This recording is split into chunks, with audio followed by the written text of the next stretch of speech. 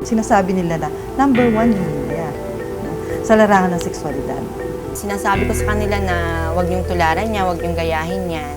Nowadays, audience also has changed. Ayaw na nila ng medyo conservative ang pinapanood nila. Kung na-imagine ko po yung mga nangyayari dun sa binabasa ko, parang nag-iinit yung pakiramdam. Iba't ibang imahe, sari-saring impormasyon. Walang duda na ang media malaki ang impluensya sa tao.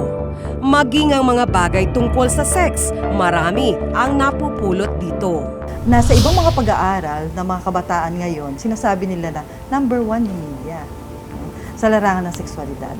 8 ang anak ni Jane Helena. Karamihan ay mga menor de edad pa.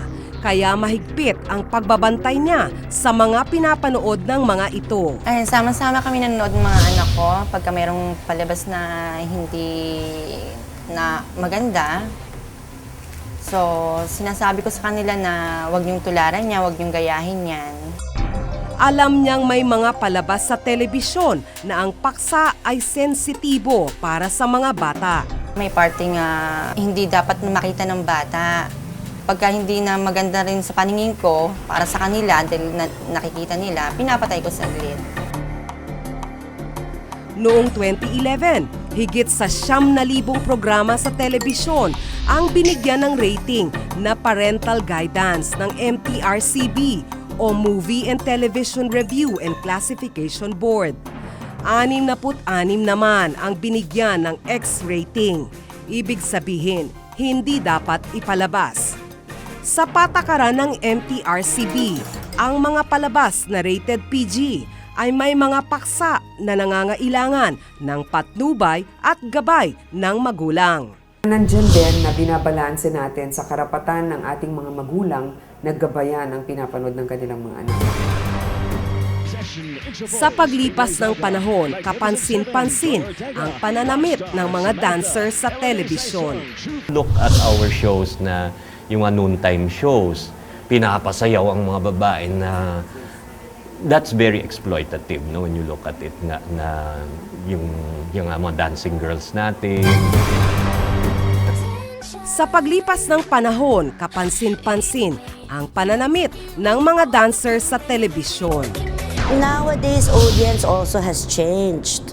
Ayaw na nila ng medyo conservative ang pinapanood nila. Hindi dapat din nabiblame yung show na, ayan, dahil sa show nyo, ginaya, may guidance pa rin ng parents. Ganun.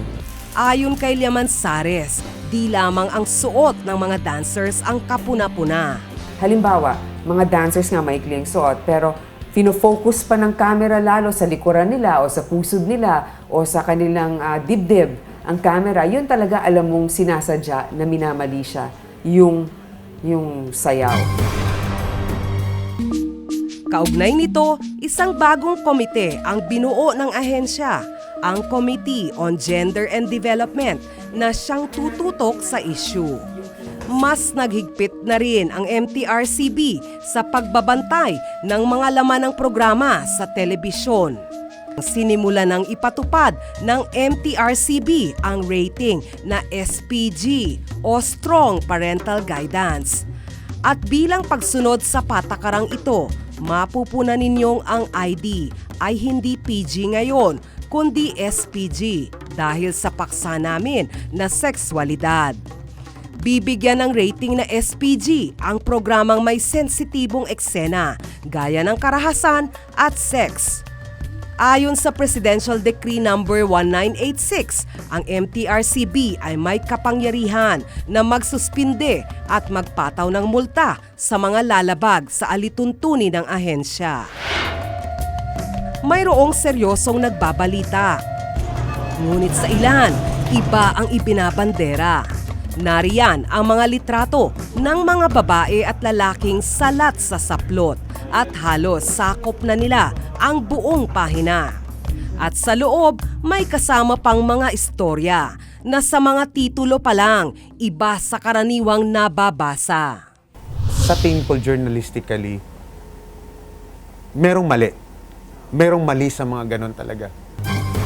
Si Andrew, di niya tunay na pangalan, 16 na taong gulang. First year high school siya nang unang makabasa ng malaswang artikulo sa tabloid. Kung na-imagine ko po yung mga nangyayari dun sa binabasa ko. Ayun po, minsan syempre parang nag-iinit yung pakiramdam ko. Ang mga tabloids na binabasa ni Andrew, hindi raw siya ang bumili. Naiiwan itong pakalat-kalat ng kanyang tatay sa kanilang bahay. Naawa din ako sa mga batang makakabasa noon. Kasi may influence yun eh. At yung makakabasa ng mga adults na mayroong impact sa kanila. Sa kasalukuyan, nakabinbin sa 2 kamara ng Kongreso ang ilang panukala para linawin kung ano ang malaswang palabas at babasahin at para taasan ang multa sa mga magpapalabas at magpapakalat nito. Wala naman daw pakinabang si Andrew sa pagbabasa ng tabloids kaya't pinipilit niyang baguhin ang nakasanayan. Maganda yung mag-reflect ka rin bilang isang individual, no? Ano bang halaga sa iyo ng mga tabloids na ito? No? Ano ba yung nadudulot nito sa iyo? Hindi lahat ng babasahin at palabas ay may kabuluhan. Hindi lahat ay nakatutulong sa pagbuo ng tamang kaalaman tungkol sa buhay. Ang hamon sa mga magulang, bigyan ng sapat na gabay at patnubay ang mga anak at ang pagbabawal ay dapat may sapat na paliwanag. Ang hamon sa ating lahat ay maging mapanuri kung alin ang tatanggapin at kung alin ang hindi dapat tatangkilikin. So far, yung pinaka-bestseller namin, these are yung mga natural enlargers for men. Hindi sila satisfied, no, dun sa normal na ginagawa ng mag-asawa o mag-partner. Kung ang tingin nila sa sex ay kabastusan, lahat tayo ipinanganak dahil sa kabastusan. Sa unang tingin, parang isang tipikal na tindahan lang. Pero pag sinuri ang mga nakadisplay na produkto, posibleng may tataas na mga kilay. Ang tindahang ito na love store kung tawagin, kumpleto raw sa mga adult toys na hanap ng mga customer. Mula sa pinakasimple hanggang sa pinakakakaiba, makikita rito. May mga kami, from mga sex dolls to mga mini sex doll, which is meron pang mga parang flashlight lang. We also have mga vibrators, dildos, from mga sex dice, kasi yun yung mga fun na pwede mong gamitin, yung mga games na you can do on your birthday or mga stag party, mga ganyan. Mula 250 pesos hanggang 20,000 pesos ang presyo ng mga sex toys dito na karamihay imported. Bago magsulputan ng mga sex stores, palihim at idinadaan raw sa internet ang bentahan ng mga sex gadgets sa bansa. Mahiyain daw kasi tayong mga Pilipino. Sa tingin ko, no, kung iyan ay galing ng Maynila, sa tingin ko mas malaki, no, yung posibilidad na kaya niyang pumasok sa sex store. No? Kung anonymous siya, no, doon sa lugar, no, hindi naman siya masyadong makikita, sa tingin ko mas bukas yung tao na pumasok sa sex store. No? Sa paglipas ng panahon, dumarami na ang parokyano ng sex stores. Kumbaga, may pupunta dito, couples, mag-boyfriend, mag-girlfriend, mag-asawa, just to see that yung lugar, para curious na sila makita yung item. Walang pinipiling kasarian at antas sa buhay ang mga parokyano nito. Ang kinikater namin is to anyone na who wants to first maka-enhance ng sexuality or relationship with their partner. Kung merong ganitong uri ng sex stores, malamang merong pangangailangan, no? Yung ilang mga individual na maaari, no, sa proseso ng pakikipag-sex nila, no, sa kanilang sexual na relasyon, mahalaga yung ganitong uri ng mga bagay, no, para maging siguro sa ibang mga konteksto, no, maging mas interesting, no, yung sexual encounter.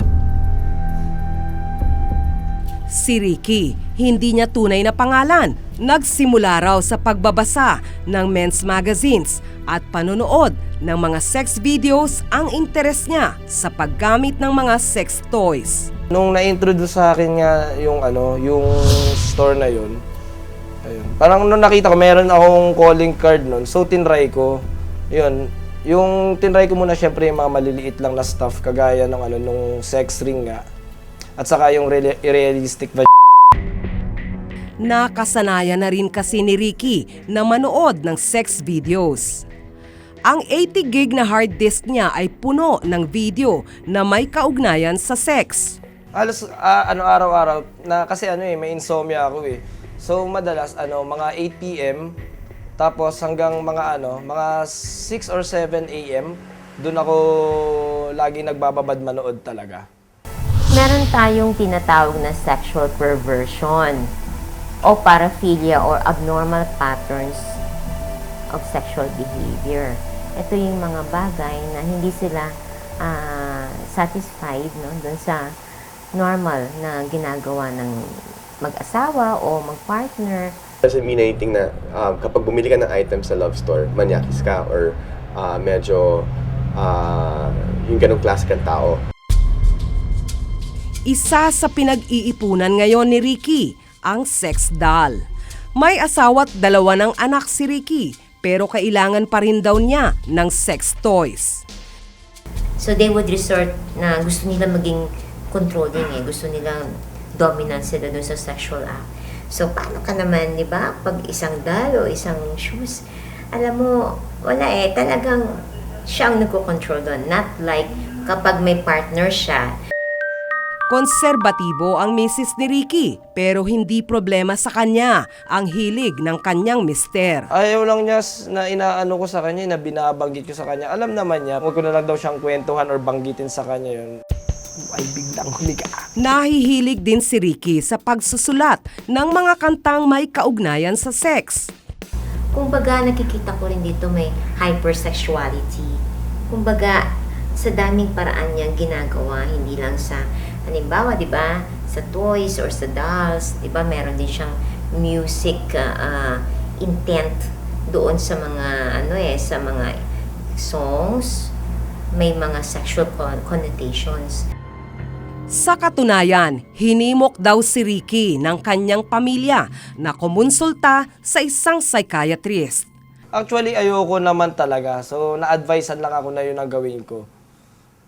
Yun, sinasabi ng doktor ko na binibigyan daw niya ako ng mga pampakalma para hindi raw ako masyadong sexually preoccupied, ganyan.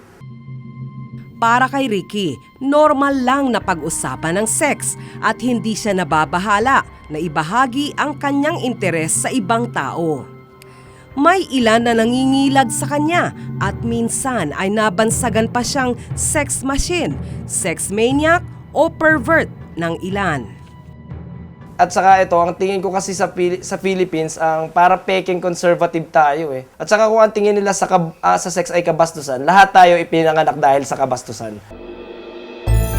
Walang record ang DTI o Department of Trade and Industry ng eksaktong dami ng mga sex stores.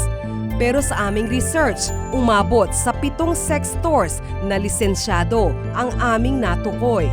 Nagkalat ang mga ito sa Metro Manila.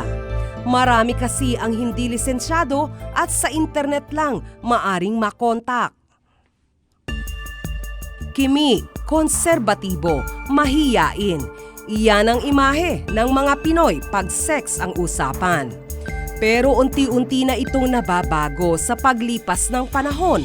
May mga nagpapakatotoo sa aspetong ito at ang iba ay mas gusto itong itanggi.